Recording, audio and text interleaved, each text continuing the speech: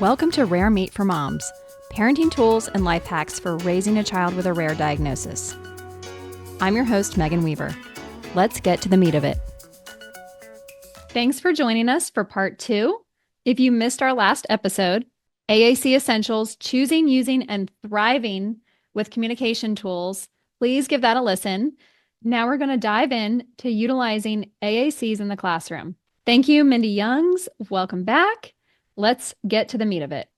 In our first episode, we talked about hesitations in starting or utilizing an AAC device and the different support methods there are with therapy. And Mindy just shared her journey with utilizing the AAC for her daughter, Olivia, for the past, how long? Since she was 3.5, and she's 11 now. Yeah. And my daughter, Rowan, has been using hers for about 6 years. She will be 11 in a couple months. So we're on a similar journey, but Mindy has really dived into the AAC world and embraced it. And she spoke about modeling and how to get Olivia to have buy-in for it because she is bilingual and LAMP, Words for Life, is her second language. Let's now get into what does it look like when you have this program and you really need them to utilize it in the schools? What happens if the teacher is using Proloquo and Olivia is using LAMP? Can you talk to us about your journey with helping her utilize it at school and the support she needs there? Yeah, it's definitely been a journey in the school environment. Gosh. So yeah, she's been using it since she's 3.5. So she's had it since she started school.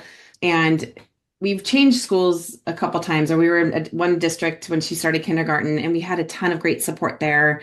They had a specialist in the district who was an AAC expert and knew how to code the device, knew how to incorporate into her educational components, and helped work with the team to train the staff. Olivia also has a one-to-one paraeducator. So the training that paraeducator is really important. And we've pushed where that educator, the paraeducator also has their own device so that they are able to model for Olivia.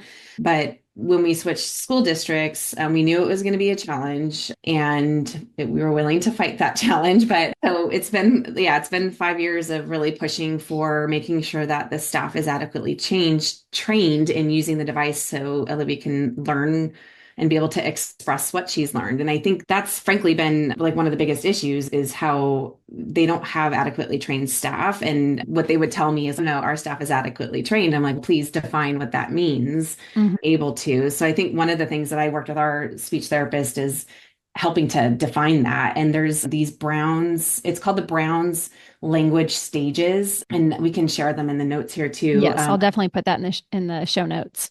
Yeah, it was really interesting because even for me to understand, like, where's my own daughter at with her language development and how do I assess to know where she's at and then what's the next stages for her to learn. And our speech therapist is great with first they want them to babble and say word things, and she might put things in the wrong word order, but then over time you help her recast to get them in the right order. And then because the context changes when they're in the wrong order. And so right. But that's part of language development is learning that. And my AAC speech therapist gave us the Brown stages of language stages. And Olivia's in, I think, around stage 3, where she's doing about 4 to 5 word hits.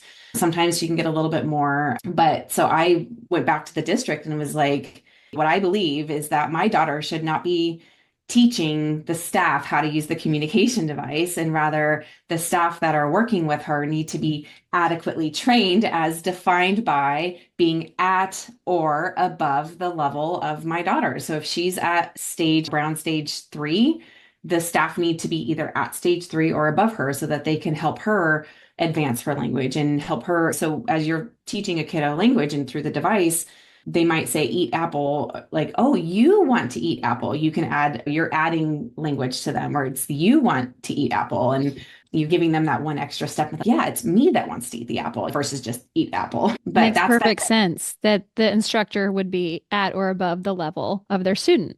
Yeah. So I finally was like, guess what? District, we defined it. And if your staff is not there, now how also we can measure that, right? Like, how do you actually measure where they're at and with data, because districts love their data. Right. So on Olivia's device, we did turn on so we used LAMP Words for Life. And it's on that app they have on the back end. It's called Realized Language. And I think it's $5 for a year to turn it on, where it'll just track anytime anyone's touching the buttons on the device, it tracks it. So sure, if I even use it, it'll track that. But you can tell when it's a parent versus a kiddo using it, because us parents like to talk in full sentences. Kiddos will be disjointed. Tracy, our speech therapist, is, oh, I can tell when it's, or you can also tell if it's someone spelling the word versus actually hitting the motor planning to learn the language in itself. And when she sees that there's a lot of spelling going on, she can tell like it, like even maybe it's the staff that's not even learning how to use the device correctly. Or searching for a word. Yeah, yeah. Oh, yeah, exactly. Yeah. But so we turned it on for Olivia so I can see what her usage of the device is, which is also really helpful for developing goals and knowing what her language development is, and then setting goals around that and seeing how we can watch the data progress as she learns her usage of it. But then there's also little ways to then track when she's not using the device, and to be able to ask the district, why wasn't she using it for this 4 hour chunk period when she's supposed to be? Comes home and it's at 95% battery. Yes, yeah. And you're like, what's going on? And of course, they're like, oh, it's lunchtime. I'm like, especially at lunchtime, I would think you would want to be encouraging her to communicate and talk about what she's eating and engage with her peers. And where maybe in the classroom, she needs to be a little more quiet. So there's a little less usage during the classroom when the teacher is teaching. But so it just helps hold accountability. They don't like it. In fact, I've even asked to have Realized Language turned on their devices, and they won't do it because they don't want to be tracked. And Right. but at least for Olivia, I can make sure that she's getting usage of her device and appropriately, that it's with her at all times, and that she has her voice to express herself. And yeah, but I'll stop there for a minute. I don't know if you had any other questions. I was just going to say, we probably should back up and can you describe the type of classroom that she's in? And I think that you brought up a good point in our last episode about the importance of owning the device and that it's not owned by the school. Yeah. Yeah, yeah. So when I'll go back, when she was in kindergarten, Olivia was in a special education setting in kindergarten. At that time, they felt that she was cognitively well off enough to actually go into a general education setting with a one-to-one paraeducator with inclusion supports. Bless them for doing that. She went into a first grade gen ed classroom with inclusion supports with the one-to-one aide. And then after that first year, we moved into another school district, and that's where things fell apart. I think they just didn't know what to do with her being a nonverbal child. Like, she doesn't fit the box. They want to put her in like the autism box, or they want to put her in. And I was like, no, you guys really actually don't have a program for her. You need like an AAC program. Really, like where I'm at, she needs to learn the curriculum, but through her communication device, so that she can then express back to you what she's just learned. And if you're not incorporating the device, how is this kiddo going to tell you what she knows? And so, yeah, so she's in a gen ed setting with one-to-one. We'll continue monitoring year over year and see if that continues to be the right placement. Yeah, But because Rowan is in a private school for special education. She was in a public school setting in preschool, and then we ultimately moved her. And so varying abilities. And there are several kids in the school that are nonverbal. And we just had our parent orientation, and thankfully, her teacher again this year said, you tell me what you want to use, and I will learn it, and we will do that. But we want to make sure that she's not learning it way behind where Rowan is. And so making that decision about what are we going to use and how are we going to equip her teacher, does that mean that her therapist is going to be doing sessions in school, or how can they be trained in all of the various so programs? there is, so this new school district, I mean, I shouldn't say new, we've been here now 5 years, but they do have they call it the SELPA. I don't know if that means anything to you. Anyway, they have a company that works, or they have people that work with the district to help train, but their AAC specialist was an SLP, but not specialist in AAC, and was making wrong recommendations. They tend to, so there's something you have to watch out for too, is often the recommendations made are because it's what the SLP is comfortable with. It's not what's best for your child. And so that's why the assessments are so important. And you almost want to do them outside of the school, to have an outside assessment, so that it's truly what's best in the best interest of your kid, and not what's in the best interest of the SLP, because that's what they're used to and what they know. But once Olivia has that language, like she's lamp words for life family, like this is what it is, that we've actually had that written into the IEP so that it's like it's not, you're not teaching her a different, it's again, going back to that they're bilingual. You can't teach a different language. So it's not what works best for the teacher, unfortunately. It's what works Right. best.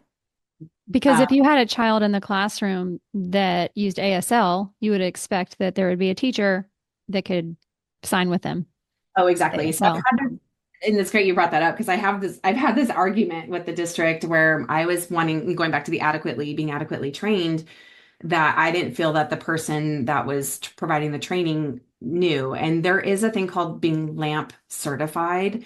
And our AAC speech therapist is LAMP certified and really knows the system and knows how to incorporate it and knows the whole language development components. And so I was arguing that we needed someone who was LAMP certified to be coming in and providing the training to the staff. And so we do have that person now written into our IEP, and our speech therapist is coming in and providing the training.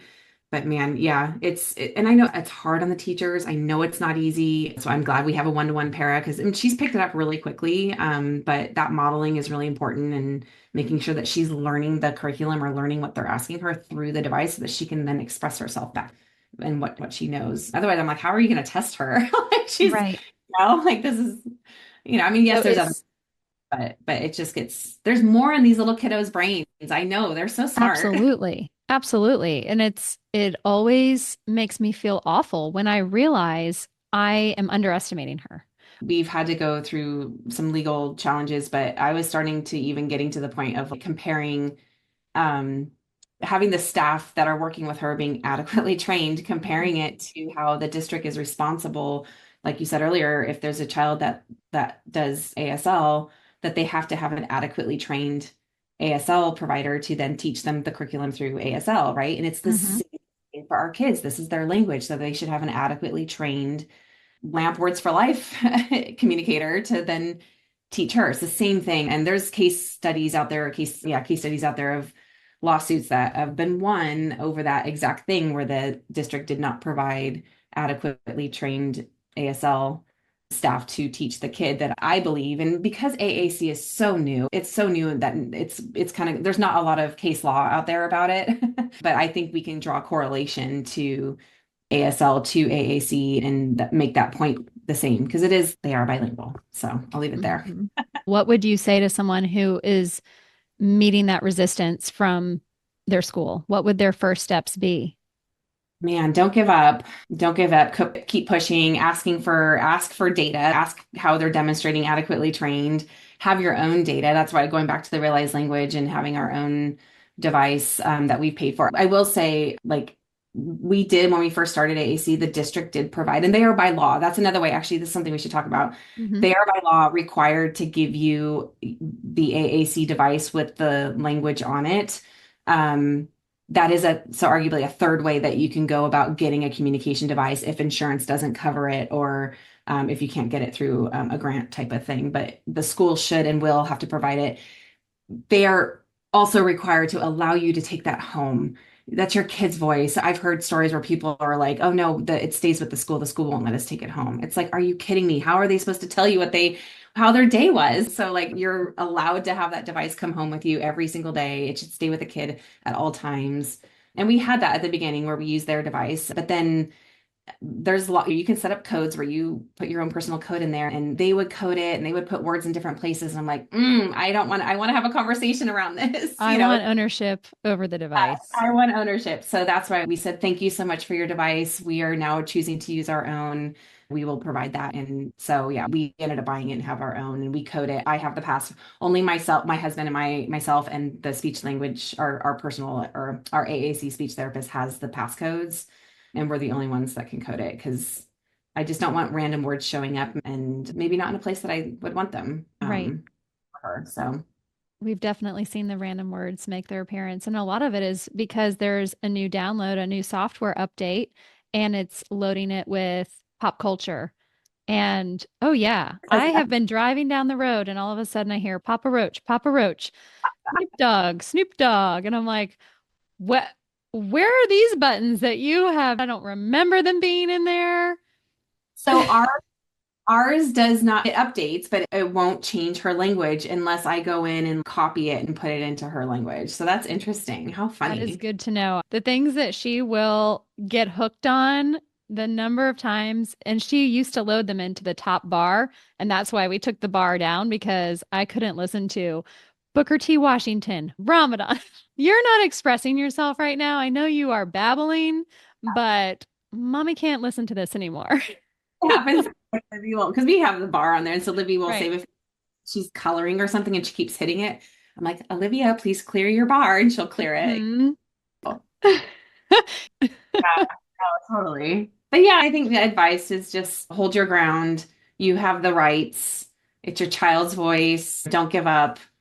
And then hopefully have a good advocate. We have an Hmm. advocate. I swear I will never have an IEP meeting without one. No, it changes everything. I would never have a meeting without my advocate, but we've also brought other specialists coming in, like our AAC speech therapist comes in too. But they are in a sticky situation because they're technically not advocates. They can't really advocate for you. So I have to ask the pointed question of, Tracy, can you tell me more about the Brown's language stages and why it's so important? But she can't really advocate or point out the faults, so to speak, of the district because she's also in a fine line, and partly because she sometimes will get contracted with the district. And so she can't like rub them the wrong way, if that makes sense. So we've had to be a little careful with that too. But That's having good to that know. there is good with, especially with the AAC component, having them there because I only know so much and she's the expert. So if I can ask her that pointed question to make it clear about where the district is clearly failing, then hopefully that helps to get our point across. As far as assessments go, how are they set up? Are they doing the assessments? Are they modeling on their own device or are they utilizing Olivia's device for all communication? They have their own, so the paraeducator has their own device, and I think the speech she does get speech therapy, I should say too, and she gets OT, PT, speech in class or in the district, but the speech therapist I think also has their own device, and they're working on certain specific goals. But how they test her, to be honest, I haven't vision. They don't let me see it as much as I'd love to be there, but I believe they do use the device to help get her to help express herself. But then they might have other ways of trying to test her, but. I just keep pushing for the device to be utilized because, again, how is she going to communicate to you if she doesn't know how to say it, how to express it, other than pointing to a picture? Right. We started with PECs. Do you remember PECs? Yes. The picture exchange. And it's cute and it's fine, but they're only able to just say their basic wants and needs, where I think the device is giving them more expression and more language. And so, yeah, I don't think she tests very well, to be honest, but and she's still learning. She's still learning the Mhm. device. But it goes back to, I think, the staff having that skill and knowing how to use the device. And that's where I think there's a bit of a gap right now. But we have our AAC speech therapist, part of the IEP team now, trying to help bridge that gap. So ask me that question later. Okay. We'll see how it I'm goes. I'm curious if any of her other classmates have an AAC device and No, it's funny. I thought about it because she's in a general education setting that just her para has the device. The para does let the students use it. So sometimes the other students want to use it and talk to Libby in it, which I'm like, please do that. They have a larger iPad. This is actually interesting too. They have a larger iPad and they're like, oh, Olivia prefers the larger size. I'm like, no, she doesn't. She just likes the fact that it's something different and it's right. yours. Like it's not about the size. Because going back to the motor planning, that being on it, I think you could be mindful of not changing that once you guys, we stuck with the smaller iPad A because it's less weight, but we figured that would be okay over time for her. But some kids need a bigger device and that's okay too. But the motor planning changes, like where you go, because it's a bigger screen. So, Absolutely, especially if we change around her buttons because the buttons are so large and the way we have it where she's tapping, she has to hold it longer because she would tap so many times at first. She had to learn to press and hold, but she's learned that now. So, adjusting all of those settings and making the icons smaller, it does rearrange where they are. And are they on page one and you have to scroll to it? Or are they on, page two? Do we move page two to the bottom of page one now? It's a like she lot. it takes her to how much longer to navigate just to say something where if it was just there, it just that's what I think I like about LAMP is it's all right there, right at your fingertips. Every word is like no more than 3 hits away. Where instead of Yeah. all this scrolling and where do you find it and have to think. you have to think to find it, and you should not have to think to say something. Yeah, absolutely. I'm looking forward to when the girls can get together and have a Oh, conversation and we can eavesdrop. Yeah, that will be that will be amazing. I'm going to end with my three good things. My first one is that the other night, Rowan, now she has a hard time chewing, and I'm not sure if Olivia has the same, but it comes down to when food hits her tongue, she does not have the motor skills or planning to move it to the side to chew. So that's a struggle for her that we work on in speech. But the other night, she ate a cheeseburger, which is just not something I ever thought I would see. We've had to, we put ground beef and rice but it was cut up and she ate that whole cheeseburger cut up, no bun, but with ketchup, and this little girl is going to gain some weight if I have anything to do about it. And so that was a huge win. So that was one of my good things. And we all had the same meal. Hallelujah. I didn't have to cook something else or open up a different tub of hummus. The second good thing, I realized this morning our kiddos love to hug so much. And Rowan, she hugs me constantly, and it is such a joy. But this morning she tried to hug her sister, and her sister was ready to go for school. And she's like, her mouth has waffle on it. And I took care of that. But then she came over and gave me a big hug. And I looked at my shirt and there was this little wet spot, and it was around my diaphragm. And I thought, I like where this wet spot is right now. She's getting so tall. But the wet oh, spot used to be like on my crotch, and that was hard. And in a couple of years, it's going to be right on my chest. And so right now, I thought this little stain is appropriately placed right now. And I think that's a good thing. And my third good thing, you stole mine about what a joy it's been to be able to talk. I will say I love Voxer and I appreciate you for getting into a new app to talk to me, but Voxer is a good thing to me because it builds community and it helps you get to know one another so much faster. And so I love the conversational aspect of that app. So the third good thing has been chatting with you over Voxer. I love it. It's been fun to learn. And it's when you first told me about it, it's V with Voxer with a Voxer, because I was like, Yes. what is this? I looked up the wrong app. Oh no. I cannot thank you enough for part one and part two for being my very first guest. I just hope that this is such a great resource for families of children with apraxia. And as we walk through all of the different topics and experiences, I know that there's a lot of overlap with other rare diagnoses. And so this is just the beginning of getting into all of it. Love it. Thank you so much, Megan, for having me. It's been really fun to do this with you. Thanks for listening to Rare Meat for Moms. I'm Megan Weaver. Until we meet again.